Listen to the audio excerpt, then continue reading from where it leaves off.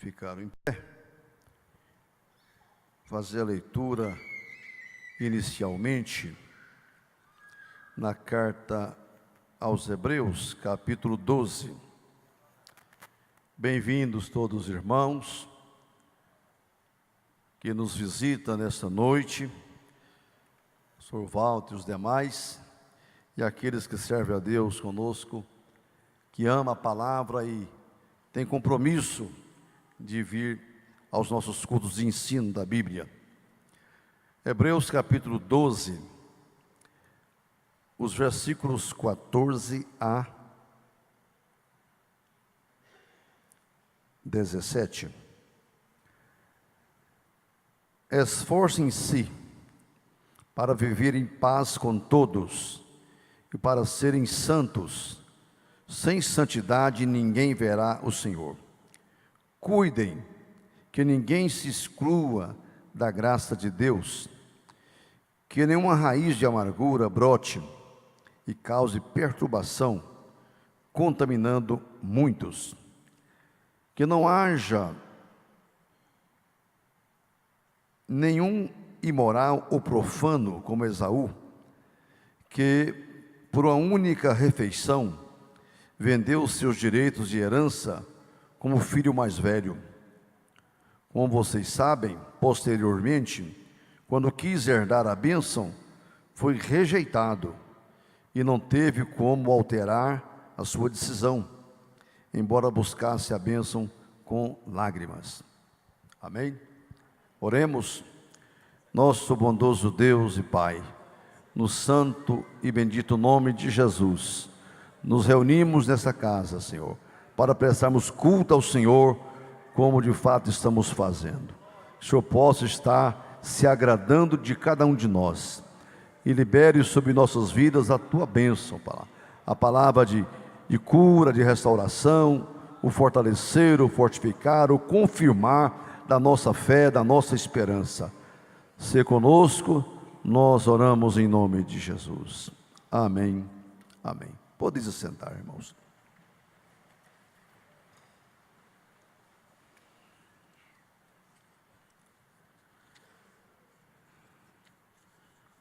Meus irmãos, nós temos recebido muitas pessoas que têm chegado ultimamente para servir a Deus conosco aqui na Assembleia de Deus em Campinas. E a minha recomendação é que cada um procure aí se integrar, não é? As mulheres têm o seu trabalho de acolhimento das mulheres que chegam. Temos aí a liderança da CIB e uns 12 ou 13 grupos de mulheres.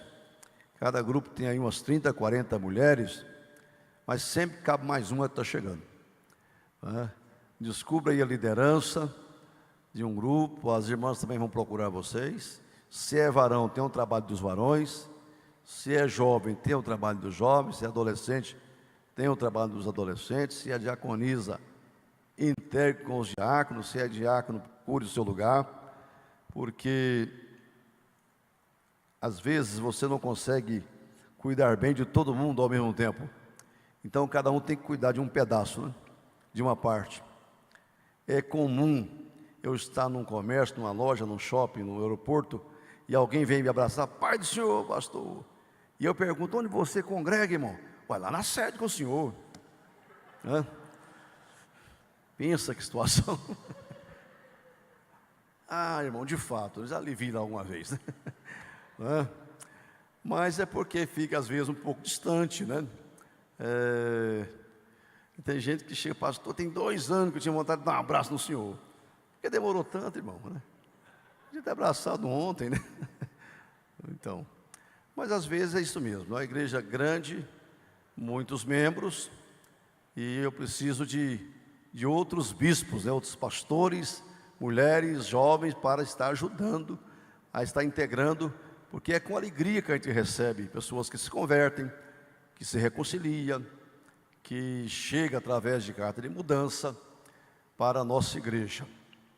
Então essa é a orientação. Não fique solto aí não, né?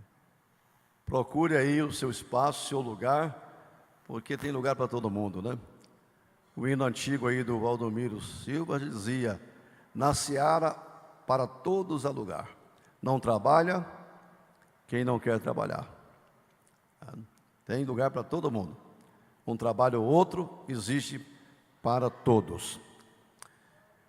Muito bem, meus irmãos, eu li esse texto, a carta aos Hebreus, capítulo 12, versículo 14 ao 17, quando o escritor dessa carta, que para mim, na minha convicção, é o apóstolo Paulo, por longo período na história, era pacífico o entendimento que Paulo escreveu essa carta.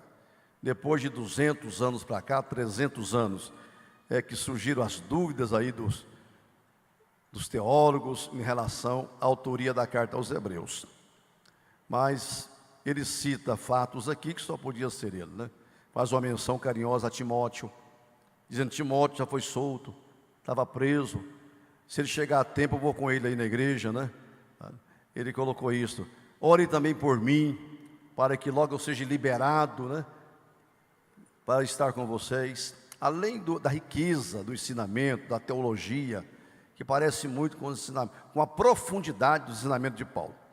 De qualquer forma, o escritor da carta aos Hebreus, já quase finalizando essa carta, que tem 13 capítulos, já no capítulo 12, ele se preocupa muito com a permanência dos santos na presença de Deus, com o continuar, com a perseverança na fé. E ele faz muitas exortações. Há pouco nós falamos aqui que ele diz lá: tornai a levantar as mãos cansadas e os joelhos desconjuntados, fazei veredas para os vossos pés, veredas direitas, né? Corretas para os vossos pés. Ele chega aqui, ele faz essa recomendação: esforcem-se por ter paz com todos os homens. A nossa filosofia de vida, o nosso esforço contínuo é em favor da paz, né? Nós não somos pela guerra, pela luta, pela disputa, pela contenda. Estamos aqui na filosofia da paz. Se tem gente beligerante no mundo, que estimula o conflito entre irmãos, entre pessoas, não a igreja, né? A igreja é da paz. Mas não é fácil ter paz com todo mundo. Por isso, esforcem, né? Faça a sua parte. Porque se eu me esforçar para ter paz, eu vou ter paz. Às vezes é mais tranquilo, mais fácil de resolver, você procurar destruir o seu oponente, destruir o seu opositor, o seu adversário. Mas isso não é correto. O correto é estabelecer o diálogo, o entendimento, não destruir os oponentes. É certo que aqui diz: no que depender de vós, tende paz com todos os homens. Lute por isto, faça a sua parte. Tem pessoas que é difícil convivência. Ele sempre está armado, sempre está com 10 pedras, né? Pronto para, ao menor deslize de alguém, uma palavra, uma situação, ele já está completamente ofendido e pronto para o revide. Tem pessoas que é difícil manter a paz com ele, porque ele não é da paz. Mas a gente, mesmo assim, você pode desarmar essa pessoa. Pode desarmar. Pessoas que, somente no trânsito, né? Eu lembro do pastor Isaías Negrão, ele contar aqui no púlpito mesmo, que foi aqui, que estava vindo em direção, numa avenida dessa aí, num dado momento, acho que ele praticou uma barbeiragem lá, ele não assume isso, não é? Certamente é uma coisa de goiano, e fechou alguém, ou não sei o quê. E o motorista ficou muito estressado com ele, né? Bravo, e foi seguindo ele no carro, baixou o vidro e vem. Quando ele não tinha mais jeito de escapar, fecha o semáforo, ele parou, o camarada encosta o carro ao lado dele, leva o dedo, ele diz: moço, eu errei, me perdoe. Desarmou o companheiro. Vai embora, está tudo bem.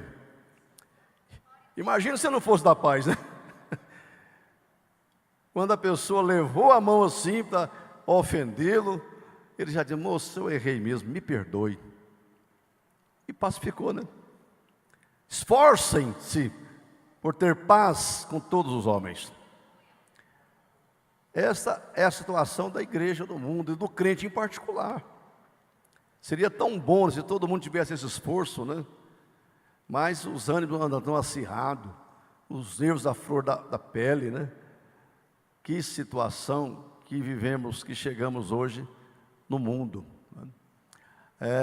Alguém me disse, doutor Wilson, que em Brasília, os tribunais, o juizado não conseguem atender a demanda, as disputas que existem. O protocolar de ação por qualquer coisa. O brasiliense, acho que me citaram isso lá em Brasília, alguém que trabalha na justiça lá e disse: olha, está tupetado aqui, porque aqui tem caso que não tinha razão de ser, mas ele se sente no direito de mover uma ação por qualquer motivo, acionar a justiça por coisa que podia ser pacificada fora disto, né? E aí congestiona os tribunais por coisas mínimas, que só a palavra de perdão resolveria. Um pequeno prejuízo, né? Eu vi agora na boate, um policial civil esbarrou no militar lá, e os dois já trocaram tiro, que um pisou no pé do outro. Que situação, gente. E quem se deu mal mais foi o policial. Aliás, os dois se deram mal, né? Quem morreu, quem matou está pior ainda.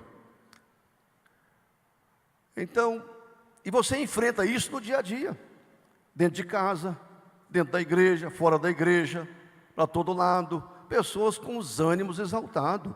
Mas não observe aqui: esforcem-se por viver em paz com todos. Faça a sua parte, que eu faça a minha, e vai ter a paz, não é? Não é isto? Os irmãos bateram o carro aqui na avenida, na Quinta Avenida com a Independência, e não sabia que era irmão. E um sai e começa a gritar com o outro, e eles rolaram no asfalto lá. Daqui a pouco, quem estava de baixo falou: o sangue de Jesus tem poder. Quem estava por cima falou: você é crente?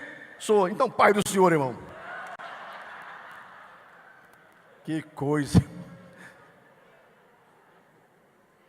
Isso não é fake news, não. My God. Esforcem-se por viver em paz com todos. Tá bom, isso é uma parte, né? E para serem santos. Irmão, ser santo não é fácil, não. Você viver separado do erro, do pecado, dos delitos, do crime, da imundícia, da sujeira, não é fácil, não. Manter uma vida santa. Esforcem-se por ser santo. Não é tão fácil assim. Tem que pagar um preço, tem que se esforçar. É claro que em Cristo eu sou santificado em Cristo, mas o dia a dia, a minha santificação, eu tenho que processar ela todos os dias. E é com muito esforço.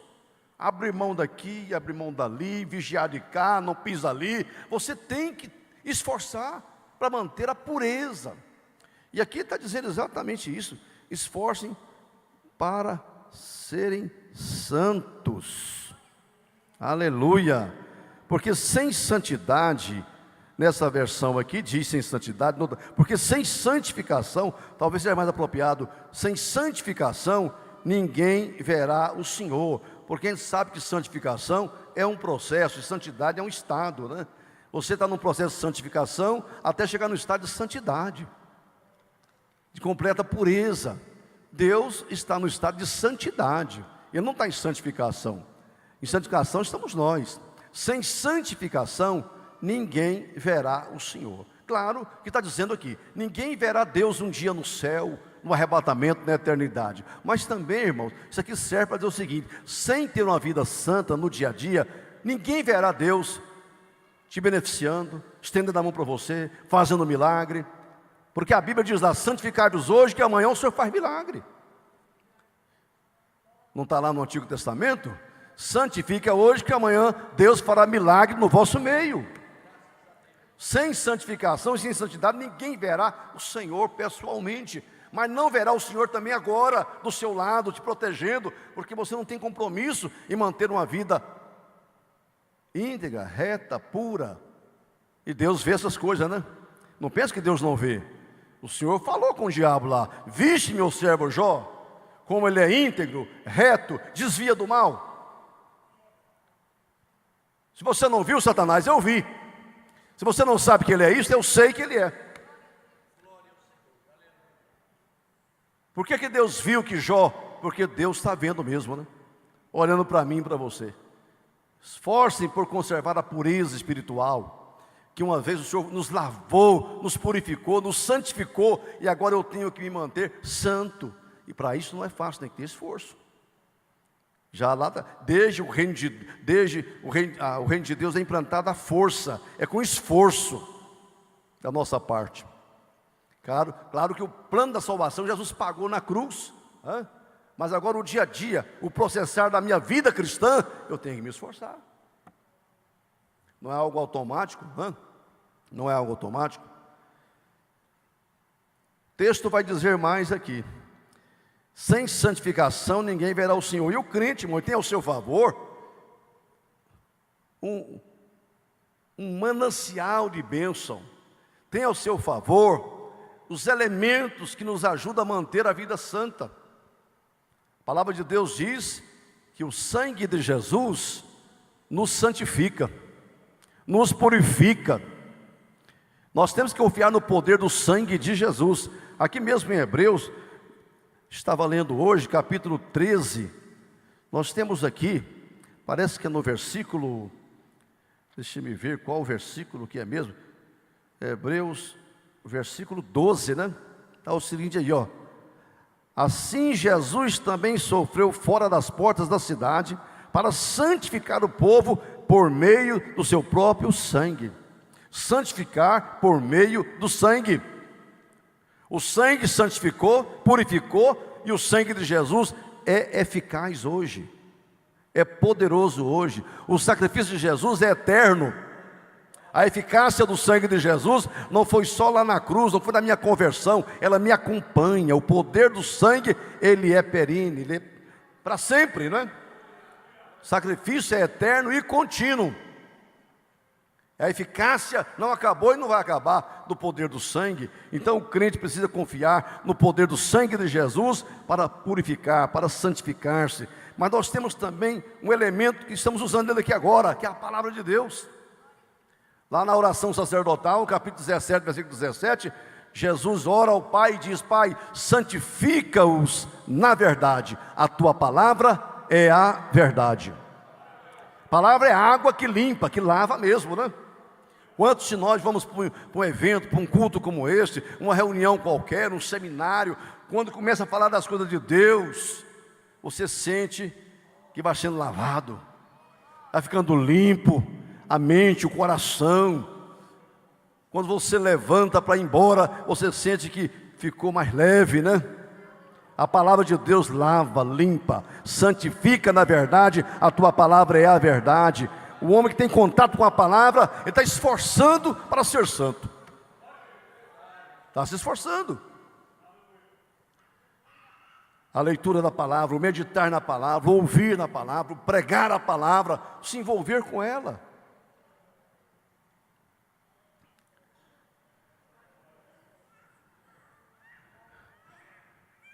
E o poderoso agente que nós temos agindo na igreja hoje é o Espírito Santo, né?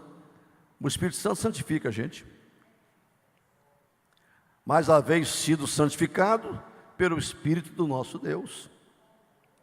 O Espírito de Deus está sempre me trazendo para mais perto de Deus, sempre me convencendo do meu pecado, sempre convencendo que eu preciso melhorar, que eu tenho que orar, que eu tenho que jejuar. Tem hora que você não quer orar coisa nenhuma, mas o Espírito Santo te convence a orar. Você não quer ler Bíblia, o Espírito Santo te leva a ler a Bíblia. Você não quer dar um glória, o Espírito Santo leva você a glorificar. Você não quer vir para a igreja, o Espírito Santo te inquieta e você não dá conta de ficar em casa. O Espírito Santo santifica a gente, trazendo a gente para mais perto de Deus o tempo todo.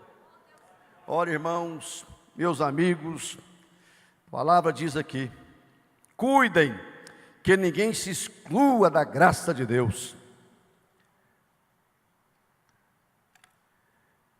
Quem provou da graça de Deus, quem conhece a graça de Deus, sabe o valor que isso significa, que isso representa para nós. E eu tenho que me esforçar para não ser excluído nunca dessa graça, do favor de Deus, da misericórdia, da bondade de Deus, ficar fora dessa graça. Nós precisamos cada dia mais pedir mais e mais graça do Senhor para a nossa vida. Esforcem, cuidem, para que ninguém se exclua da graça de Deus. Isso é uma riqueza muito grande, irmão. Vocês sabem que a Bíblia classifica as riquezas que Deus nos dá em duas categorias: a riqueza da graça e as riquezas da glória. Tudo que eu recebi aqui, em termos de evangelho, de salvação, de dons, de perdão, tudo que o Senhor me deu, são riquezas da graça de Deus. Começa com a minha salvação, e depois o Senhor cuida de nós, riquezas da graça. E eu não posso ficar excluído jamais dessa graça de Deus. Mas existem as riquezas da glória, né? Que Paulo escreveu e disse: coisas que o olho não viu, ouvido não ouviu, nunca subiu no coração do homem, Deus tem preparado para aqueles que o amam. Coisa que o olho não viu, o ouvido não ouviu. A graça você viu, a graça você ouviu, a graça subiu no coração. Mas está falando de uma coisa, isso é algo futuro, né? Riquezas da glória, que nos espera no porvir. Aleluia! Temos a riqueza da graça e vamos tomar posse das riquezas da glória. A Bíblia fala da coroa da glória, coroa da vitória, coroa da justiça, coisa que nos aguarda na eternidade. Então, vamos ter cuidado de não ficar um dia sequer, um minuto sequer, sem a graça de Deus. E também há outra coisa aqui: cuidem que nenhuma raiz de amargura brote e cause perturbação, contaminando muitos. Entre irmãos, especialmente na igreja do Senhor, aí tem que liberar de vez o perdão. Não deixar nenhuma pequena raiz, né? Às vezes cortou o mal, arrancou a árvore, arrancou o problema, eliminou o problema, mas não teve o cuidado, ficou uma pequena raiz. E é uma raiz de amargura. Essa raizinha pode, né, brotar. Daqui para ali ela é irrigada. Surgem situações que fazem ela renascer. E ela brotando vai causar um problemão, que já estava solucionado, estava resolvido, aparentemente estava. Então veja, que não fique para trás nada. Temos que liberar perdão, liberar mesmo, resolver e está resolvido, vira a página, vamos para frente. Cuide, analise, né? Aquilo que o salmista falou: Senhor, sonda-me, vira-me do avesso, vê se há em mim algum caminho mau, e depois guia-me pelas veredas eternas. Sonda-me, é literalmente, vira-me do avesso. Identifique se há alguma raiz. Tem odontólogo aqui, né? A raiz do dente, não sei o que. Irmão, arranca esse dente com a raiz e tudo lá, faz um implante, mas não deixa essa coisa para trás não. Isso vai inflamar, vai doer, vai contaminar muita gente. E não é grande coisa não, irmão. É só uma raiz. Não é o tronco, não é a árvore inteira.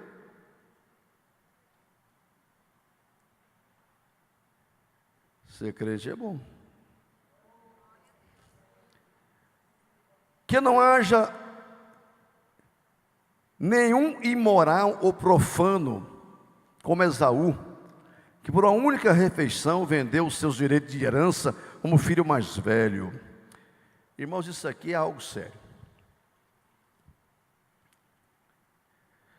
A tradição na era patriarcal dava um privilégio muito grande para o primogênito, filho mais velho. E era o filho mais velho, homem. Eu estava privilegiado porque somos 7 irmãos e acima de mim tem 3 irmãs. Eu sou o mais velho dos homens, sou o filho primogênito. Eu deveria ter herdado dobrado. Se fosse a tradição, o direito do passado era assim. O filho primogênito tinha muitas regalias. Hoje é o caçula, né? Na sociedade. Antigamente não era o mais velho. Agora imagine. Esaú era de fato o mais velho. Nasceu primeiro alguns minutos, alguns segundos. E a Bíblia dizia que o maior servirá o menor. Esaú era o primogênito. Mas ele nunca teve compreensão da dimensão do que era ser o primogênito. Se teve, ele não valorizou. Sabe por quê, irmão? Esaú, a palavra diz que ele cresceu, os meninos cresceram, Esaú e Jacó, e Esaú foi viver no campo.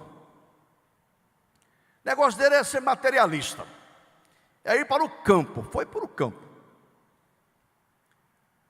E o Jacó, a Bíblia diz que ele era caseiro, vivia nas tendas com a mãe, com o pai, e aquilo fez a diferença na vida de Jacó, irmão. Esaú logo abandonou o lar e foi viver a vida dele nos campos, voltava de quando em vez, trazendo uma caça para o pai, mas ele vivia lá. Então ele não teve o convívio da mãe, do pai, passando as tradições, os ensinamentos. Era um tipo de Marta, o outro é Maria, que ficou em casa aos pés da mãe, do pai. Ele era neto de Abraão, e ele queria se inteirar, ele cresceu no ambiente familiar. E ele logo descobriu o valor da primogenitura que ele não tinha. O irmão foi cuidar do material, não teve a convivência que tinha que ter para entender o plano de Deus, o projeto de Deus, no convívio com o seu pai e com sua mãe. O que aconteceu?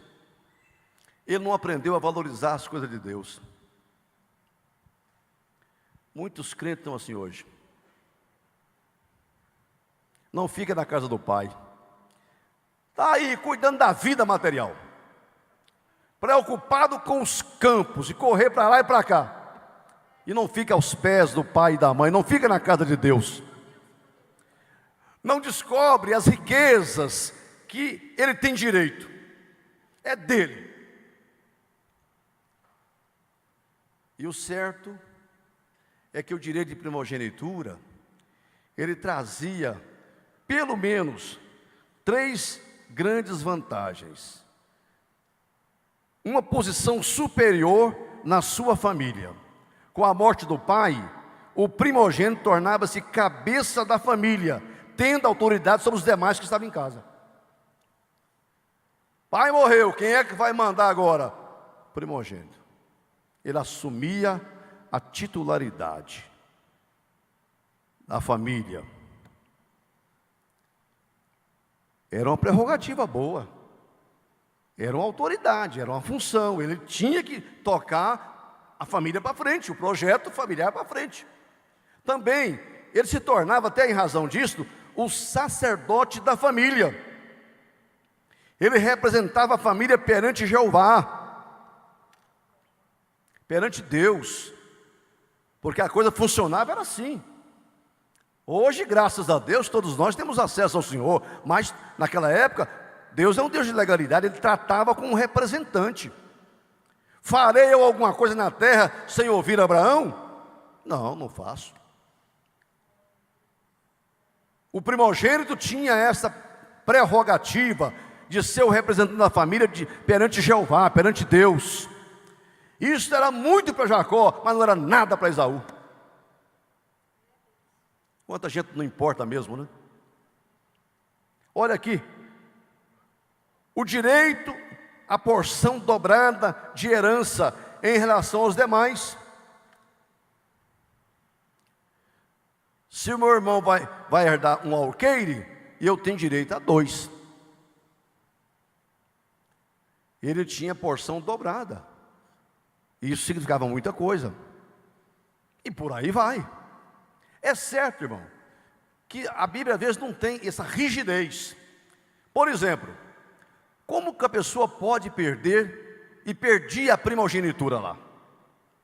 Primeiro, quando ele renegava a primogenitura, como Esaú fez. Ele, espontânea e voluntariamente, de moto próprio, abria a mão da primogenitura. Ele fez isto. Mas tem um caso que é Rúben. Rúben era o primogênito de Jacó.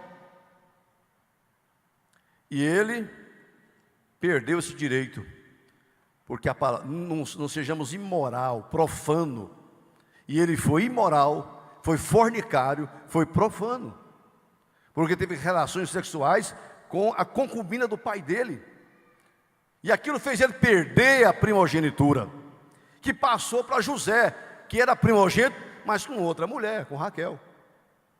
Na verdade, os filhos de José, que depois mais na frente nem foi. Na verdade, quem assumiu o papel de primogênito lá naquela família foi Judá, né? Judá. E dali veio então Jesus, né?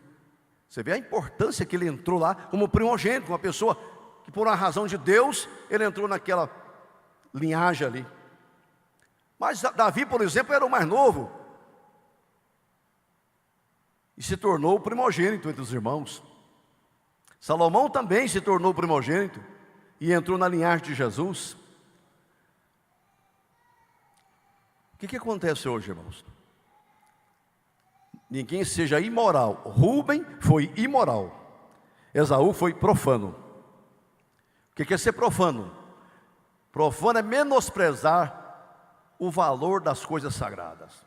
Profanar é você não dar o valor que aquela coisa sagrada tem, possui. Ele foi profano. Ele banalizou algo de muito valor, que ele não deu valor, ele profanou aquilo. Pessoas que não dão o valor a este local aqui, que não é em si santo, mas quando a igreja reúne, Jesus está presente, ninguém pode profanar este local. Esse púlpito aqui. Vocês lembram que Antíoco, Epifânio, né? Aquele louco, ele profanou o altar. Ele sacrificou uma porca no altar. É a abominação da desolação, que a Bíblia fala. Está onde não deve estar. Ninguém seja imoral como foi Rúben, e ninguém seja profano como foi Esaú, que por uma refeição, irmão, pode ser o mundo inteiro, é uma pequena refeição diante da primogenitura que nós temos. Jamais se deixe seduzir por qualquer coisa, que Esaú trocou aquilo lá, porque não tinha valor para ele.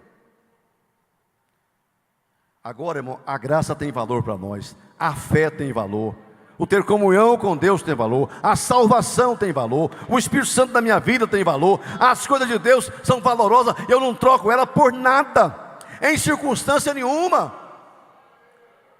Jesus era o primogênito, e Satanás falou para ele: eu dou tudo isso para você aí, ó.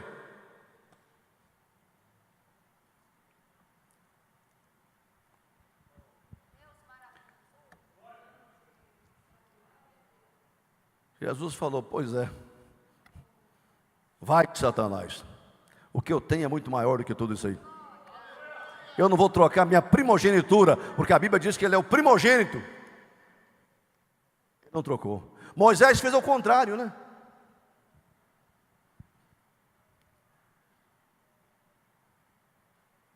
Moisés preferiu padecer com o povo de Deus, abriu mão de ser chamado filho da filha de Faraó, porque ele tinha uma visão diferente, né? Diz que ele tinha em mente a recompensa, ele estava vendo mais longe. Esaú não viu nada. O crente imediatista, né? só vê um gozo agora, um prazer agora, uma satisfação momentânea. Ele esquece que ele é crente, que tem Jesus na vida, tem compromisso com a palavra, com Deus, e vai. Para que me vale isso? Eu quero é agora, eu quero é hoje. E vende a eternidade, vende o futuro dele, por um prato de lentilhas. Que Moisés preferiu padecer com o povo de Deus, do que por um pouco de tempo, ter o gozo do pecado. Não se iluda não. O gozo do pecado é um pouco de tempo, e Esaú trocou uma eternidade por um pouco de tempo, um gozo passageiro, uma refeição, que no caso dele era um prato de lentilha, mas esses pratos estão por aí, de muitas formas diferentes.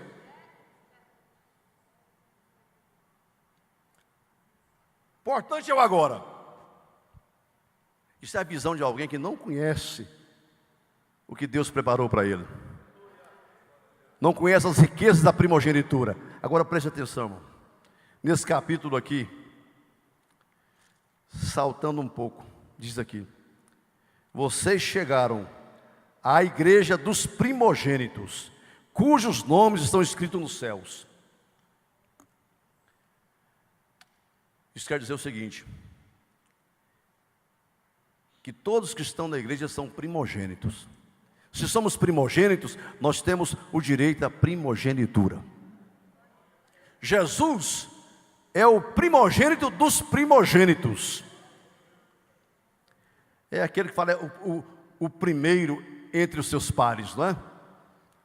Primeiro entre pares, o primeiro entre os seus pares. Jesus é. Mas todos nós fazemos parte da igreja. É uma instituição. A igreja aqui é uma instituição espiritual chamada Igreja dos Primogênitos. Eu sou primogênito, você é. Se você é a igreja, nós chegamos à igreja dos primogênitos. Isso está dizendo que nós temos todas as prerrogativas no mundo espiritual que Jesus tem. Nós somos co-herdeiros com Cristo. Jesus pode ter porção dobrada, mas nós somos co-herdeiros com Cristo. Vamos abrir mão disto por um prato de lentilhas? Por nada neste mundo, irmão. Mesmo que pareça ser muito maior do que um prato de lentilhas, aparentemente uma riqueza que eu não posso abrir mão, pode, porque o que Deus preparou para nós é muito maior. Você é primogênito e tem direito, tem autoridade espiritual, tem graça de Deus na sua vida. Não abra mão disto.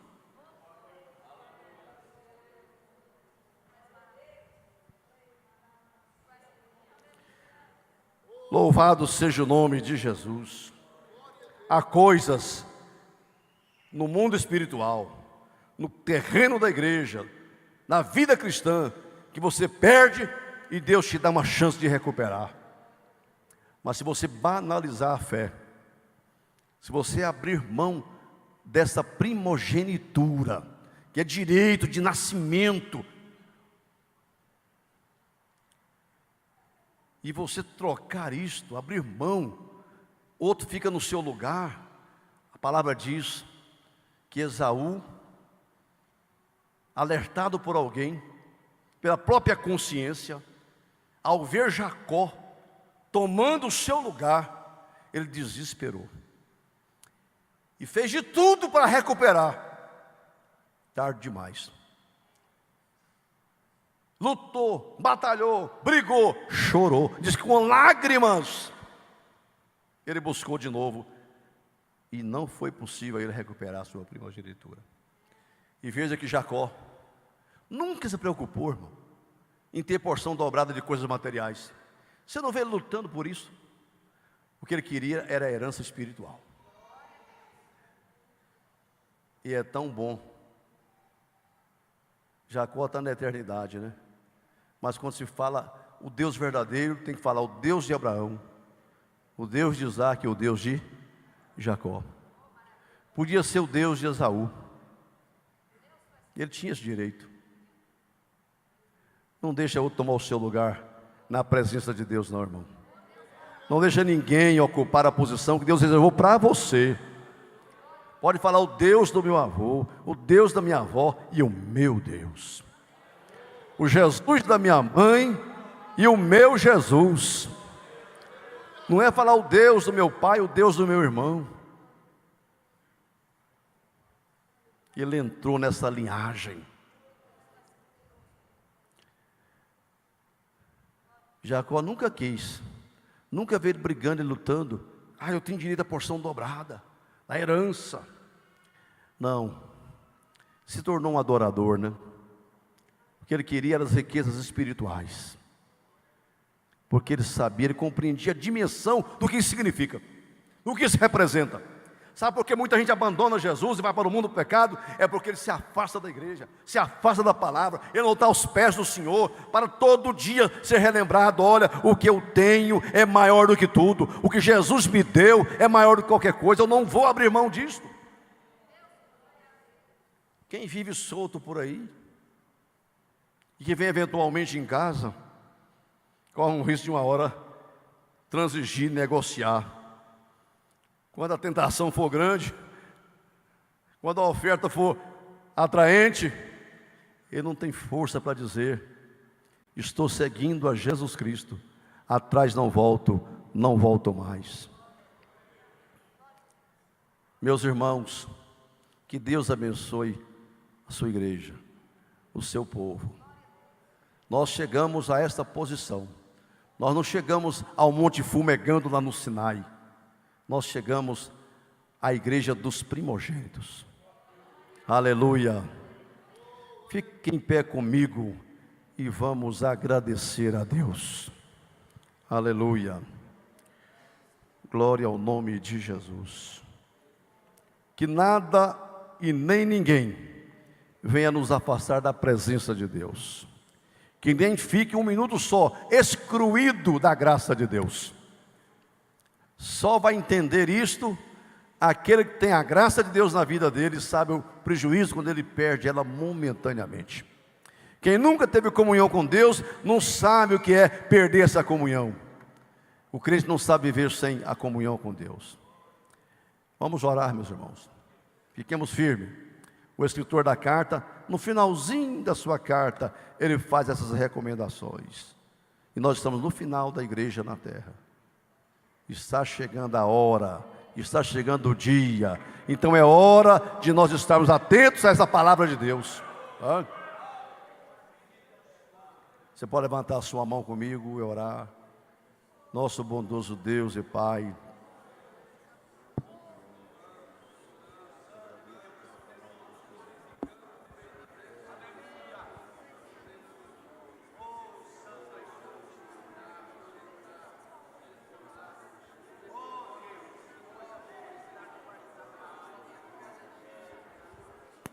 oh, aleluia. Que nunca haja, Senhor, em qualquer um de nós um coração mau e infiel para se apartar do Senhor. Fortifica-nos, fortalece-nos, confirma cada um de nós, ó Deus. Que nem na luta, nem na paz, nem na doença, nem na saúde, na riqueza, nem na pobreza, em circunstância nenhuma, Senhor, possamos nos afastar de Ti. Renova-nos cada dia, enche-nos com o Teu Espírito Santo, Senhor. Oh, aleluia, aleluia, aleluia.